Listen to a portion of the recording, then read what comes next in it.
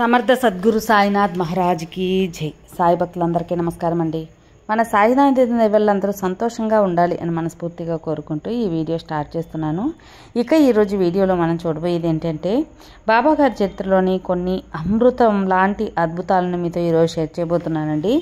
ఇక ఆ అద్భుతాలను చూడబోయే ముందు మన ఛానల్ ఎవరైనా ఫస్ట్ టైం చూస్తున్నట్లయితే సబ్స్క్రైబ్ చేసుకోండి. మన వీడియోస్ నచ్చినట్లయితే లైక్ చేసి మరికొంతమంది సాయి భక్తులకు షేర్ చేయండి. ఇక బాబాగారు చేసిన అద్భుతాల్లో ఒకసారి షిరిడి వాస్తవులు ఒక కోడి దూడకు నొసట త్రిశూల ముద్ర వేసి శివుని పేర ఆంబోతుగా విడిచారు. అంతకాలానికి అది ఎదిగి పైర్లను పాడు చేస్తూ ఉండేది. శివుని ఆంబోతు అని ఎవ్వరూ దాన్ని దండించేవారు కూడా కాదు. చివరకు ఊరి పెద్దలంతా కలిసి దానిని బందెల దొడ్లో ఉంచి తమ ఖర్చుతో దానిని పుష్టిగా మేపాలి అని నిర్ణయించి 1 నెల ఖర్చు ఇచ్చి ఒక మార్వాడితో దానిని ఏవాలాకు పంపించారు. సాయంత్రానికి అతడు షిరిడీ వచ్చి ఆ కార్యం నెరవేర్చుకున్నాడు. మరుసటి తెల్లవారుజామున గ్రామంలో ఒక భక్తునికి సాయి 3 సార్లు స్వప్నంలో కనిపించి, నన్ను రహతాలో ఒక కసాయి ముంగిట్లో కట్టేస్తున్నారు, వెంటనే వచ్చి విడిపించండి అని చెప్తాడు. తెల్లవారాక అతడు ఆశ్చర్యంతో ఏవాలా వెళ్ళి విచారిస్తే నిజంగానే మార్వాడి ఆంబోతును 14 రూపాయలకు ఒక కసాయినికి అమ్మవేసినట్లు తెలిసింది. అప్పుడు అతడు దానిని విడిచి బందెల దొడ్లు అప్పగించి షిరిడీ వచ్చి గ్రామ పెద్దలకు ఫిర్యాదు చేశాడట. పెద్దలు మార్వాడికి శిక్ష కూడా విధించాడట. ఒకరోజు సాయి పోలీసులు కావాలంటే నానా చోత్కర్ స్వయంగా వండి వాటిని నివేదించాడు.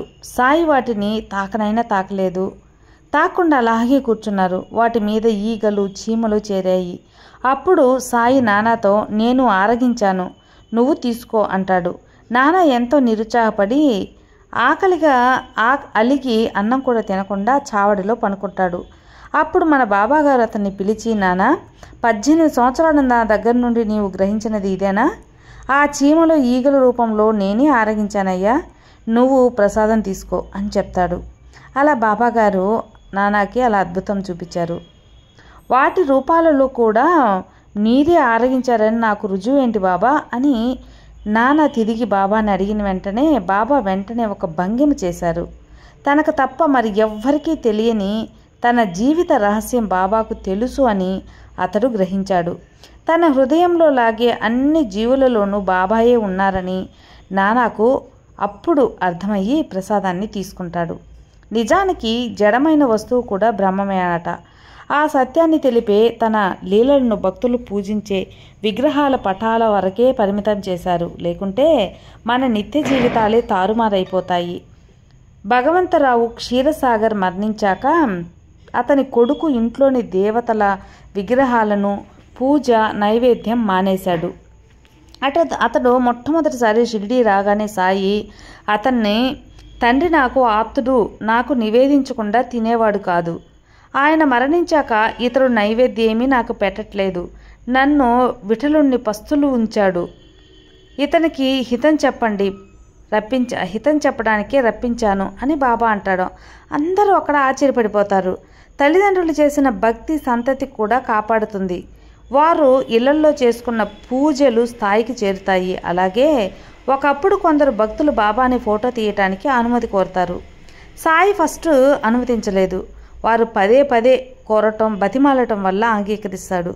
ఫోటో తీశాక చూస్తే అందులో సాయి పాదాలు మాత్రమే కనిపించాయి, కానీ బాబా శరీరం మాత్రం అస్సలు లేదట. అదే దత్తపాదుకుల ప్రాముఖ్యత అని చెప్పబడుతుంది. మరొకడు ఆయన అనుమతి పొందకనే ఫోటో తీశాడు. తర్వాత చూస్తే అందులో పడింది అతని గురువు చిత్రమే. ఒకడు కాకా దీక్షిత్ తన కుమారుడి ఉపనయనానికి శ్రీ సాయిని నాగపూర్ ఆహ్వానించడానికి షిరిడీ వెళ్తారు. అదే సమయానికి నానా చందోద్కర్ తన కుమారుడు వివాహానికి సాయిని గవాలియర్ ఆహ్వానించడానికి వస్తాడు.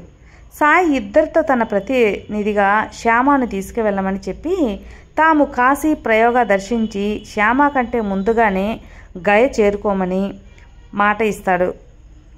శ్యామ ఆ శుభకార్యాలకు హాజరయ్యాక వారందరూ కొద్ది మాసాలు అయోధ్యలోనూ కాశీలోనూ గడిపి గయలో ఒక పూజారి ఇంటికి వెళ్తారు. అక్కడ సాయి పటం దర్శనమిస్తుంది. దానిని చూడగానే శ్యామకు ఆనంద బాష్పాలు రాలుతాయి. ఆ పూజారి 12 సంవత్సరాలకు పూర్వం షిరిడీ వెళ్ళి శ్యామ ఇంటనున్న ఆ పటం తనకు కావాలని సాయి ఆజ్ఞను అనుసరించి శ్యామ ఆ పటం ఇస్తాడు. శ్యామ కంటే ఎన్నో సంవత్సరాల ముందు సాయి అచ్చటికి చేరారు అని అప్పుడు శ్యామకు అర్థమైంది. శ్యామ ఆ పూజారి వెంటనే బస చేయడం ఆశ్చర్యం కూడా కల్పించింది. అక్కడ కూడా బాబా తమ వాణ్ణి తమ వద్దే ఉంచుకున్నారని కూడా నిరూపణ అయిందన్నమాట. దోపేసర్ నుండి కాకా మహారాజు అనే సిద్ధ పురుషుడు ఒకసారి పూనా వచ్చారు. అప్పుడు భక్తులు తమ తమ ఇళ్లలోకి ఆహ్వానిస్తూ ఉండడం వల్ల సాయి భక్తుడు సాటే ఇంటికి రాలేనని ఖరాఖండిగా చెప్పేస్తాడు. కానీ సాయంత్రం అయ్యేసరికే ఆయనే సాటే ఇంటికి వస్తామని కూడా కబురు చేసి వచ్చాడు. సాటే ఆశ్చర్యపోతూ ఆ స్వామి అక్కడున్న సాయి పటం చూపి ఇక్కడకు వచ్చే వరకు ఆయన నన్ను విడవలేదు అంటాడు. ఇంట్లో సాయి పటం ఉంటే సాయి ఉన్నట్లే. భగవంతుడైన సద్గురువుకు తమ రూపాలైన పంచభూతాలు ఆధీనంలో ఉంటాయి. వేసవిలో ఒకనాడు ఎండ భరించలేక భక్తులంతా ఇళ్లకు వెళ్తారు. 5 మాత్రం మసీదులో ఉండిపోతారు. సాయి వారిని దగ్గర కూర్చోమని కొద్ది నిమిషాలలో మసీదంతా చల్లబడేటట్లు చేస్తాడు. భక్తులంతా విపరీతంగా ఆశ్చర్యపోయి ఒక్కసారి కొండ జీ అనే భక్తుడితో సాయిని నీ గడ్డివామికి నిప్పంటించుకున్నది వెళ్ళు అని చెప్తాడు. ఈసారి గడ్డివామి నుండి దట్టంగా పొగలేస్తూ ఉంటుంది. దాని చుట్టూ ఎన్నో వాములు కూడా ఉన్నాయి. గాలి బాగా వీస్తుంది.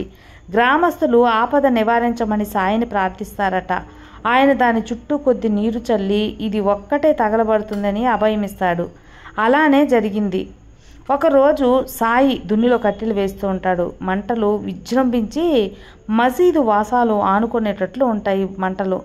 భక్తులు ఆందోళనకు గురయ్యి సాయి సట్కాతో పక్కనున్న స్తంభాన్ని కొడుతూ మంటను ఉద్దేశించి తగ్గు తగ్గు జాగ్రత్త అని అంటాడన్నమాట. దుని అణిగి మందంగా వెలగసాగింది. భీమా అనేవాడు సాయిలీలను చూడటానికి షిరిడీ వస్తాడు.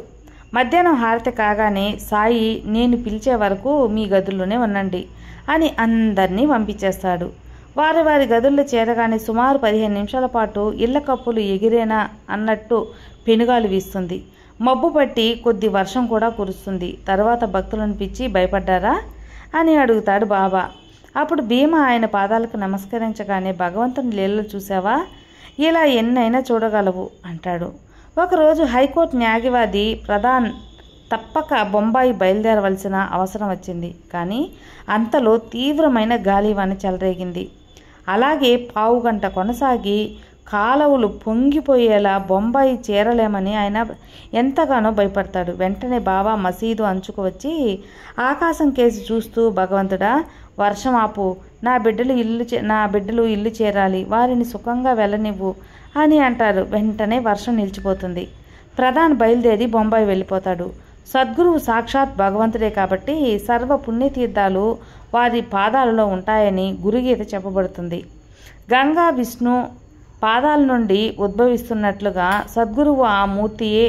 అయితే దాసగను తన హరికథలో సాయిని శ్రీహరిగా కీర్తించి అతని హృదయంలో అట్టి విశ్వాసం దృఢపడలేదు. భక్తునికి అట్టి విశ్వాసం ఇవ్వవలసినది కూడా సద్గురువే కదా. ఒకరోజు మహాశివరాత్రి రోజు దాసగను గోదావరిలో స్నానం చేసి రాదల్చాడు. సాయి అనుమతి కోరుతాడు. అప్పుడు గను అందుకోసం అంత దూరం వెళ్ళాలా? భక్తి శ్రద్ధలతో ఉంటే ఆ తీర్థాలు ఇక్కడికి వస్తాయి కదా, లేకుంటే అక్కడ లేవు అని అంటాడు.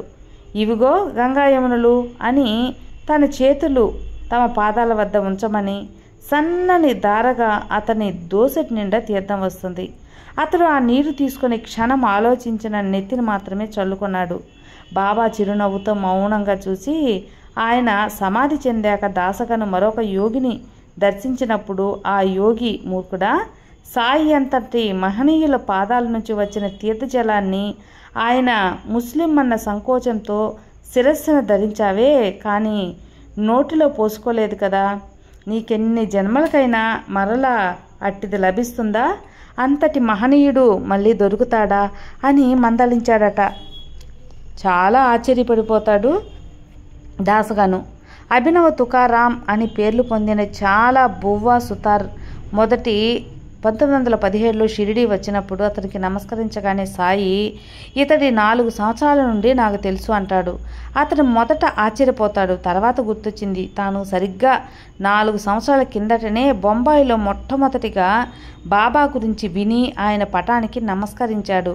అదే బాబా 4 సంవత్సరాల తర్వాత చెప్పాడని అప్పుడు ఆ తుకారాంకి అర్థమవుతుంది.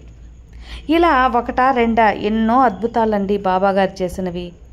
బాబాగారి అద్భుతాలు మీకు నచ్చితే లైక్ చేయండి, మరికొంతమంది సాయి భక్తులకు షేర్ చేయండి. మరో మంచి వీడియోతో మళ్ళీ కలుద్దాం. సర్వే జన సుఖినో భవంతు. జై సాయిరామ్.